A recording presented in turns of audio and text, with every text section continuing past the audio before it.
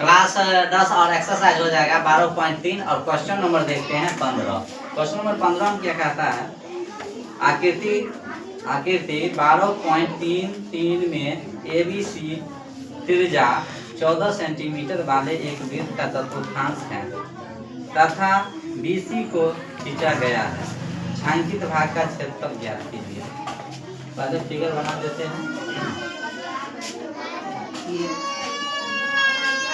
यह जो है एक छायांकित भाग है, यह A हो जाएगा, यह B हो जाएगा और यह C हो जाएगा। ठीक है, यह 14 सेंटीमीटर।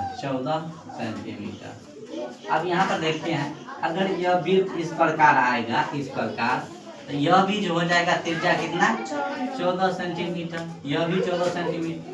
तो यहाँ पे AC बराबर दे दिया है 14 सेंटीमीटर और AB भी बराबर कितना हो जाएगा 14 सेंटीमीटर। तब BC हम निकालते हैं, यानी कर्व निकालते हैं। BC बराबर रूट में हो जाएगा AB के स्क्वायर और प्लस AC के स्क्वायर, दोनों का मान 14 ही है। 14 का स्क्वायर और प्लस 14 का स्क्वायर, यही हो जाएगा 196 प्लस 196, जोड़ने के बाद 392 वर्गमूल निकला है इसका 14√2। इसका जो वर्गमूल निकल जाएगा 14√2, यानी यह जो हो जाएगा भाग, यह भाग हो जाएगा 14√2। अब यहाँ पर हम निकालेंगे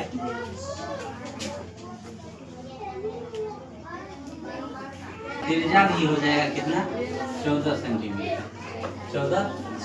हो जाएगा। चतुर्थांश का क्षेत्रफल,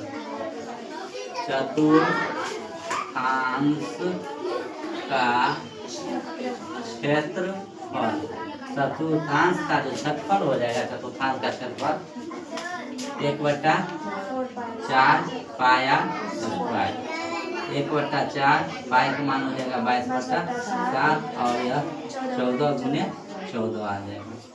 तो 7 से काटते हैं 7 गुना 14, 2 से काटते हैं 2 4 से काटते हैं तो कितना 11 7 हो गया।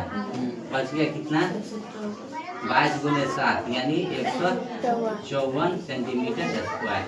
154 सेंटीमीटर स्क्वायर का चतुर्थांश का क्षेत्रफल निकल गया। अब यहाँ चलते हैं, चतुर्थांश का जो क्षेत्रफल निकल गया, अब यहाँ पर निकालेंगे सम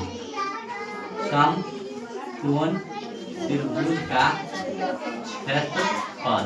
समकोण त्रिभुज का क्षेत्रफल जो हो जाएगा 1/2 L यानी आधार गुने ऊंचाई, यानी 1/2 और L का मान कितना हो जाएगा 14 गुने 14।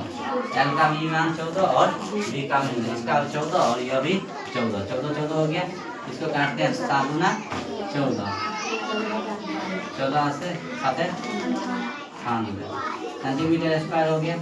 अब यहाँ पर चलते हैं,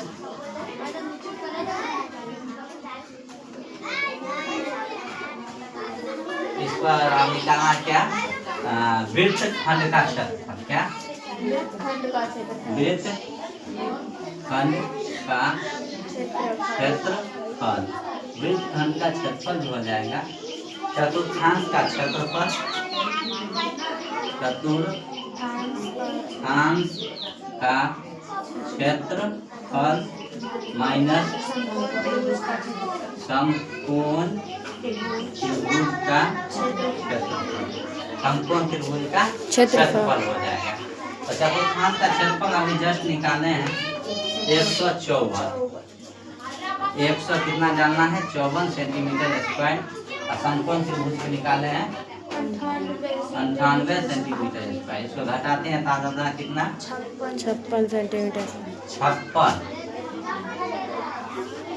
56 सेंटीमीटर स्क्वायर, 56 सेंटीमीटर स्क्वायर। यह जो है वृत्तखंड का क्षेत्रफल निकल गया, वृत्तखंड का क्षेत्रफल।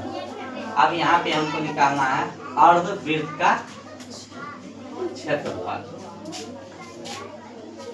अब यह भाग निकालने के लिए यह पूरा का पूरा दे दिया है कितना 14 सेंटीमीटर। पहले इसको जो है अर्धवृत्त का क्षेत्रफल निकालने के लिए अर्धवृत्त है और इसका जो व्यास दे दिया है 14 रूट में कितना 14 रूट 2।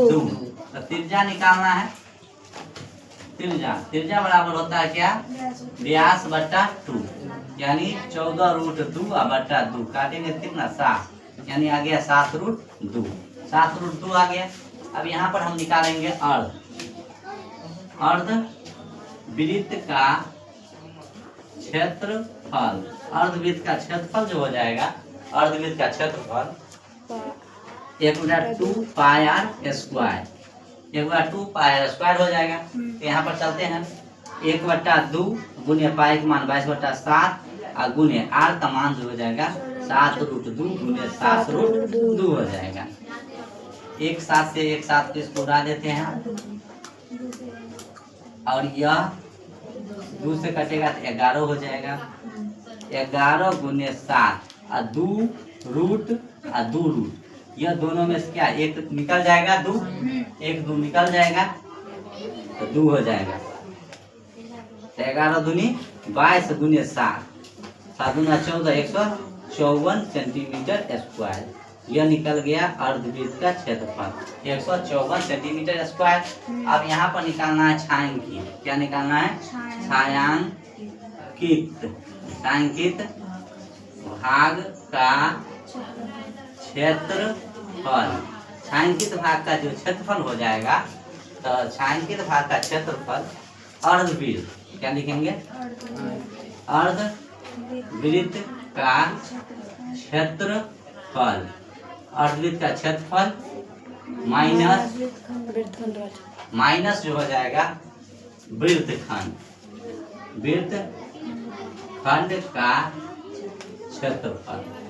यानी छायांकित भाग का क्षेत्रफल निकालना है तो अर्धवृत्त का क्षेत्रफल माइनस जो हो जाएगा तेजखंड का क्षेत्रफल वृत्तखंड का क्षेत्रफल। वृत्तखंड का जो अर्धवृत्त का जो क्षेत्रफल निकला है 100 कितना 54 माइनस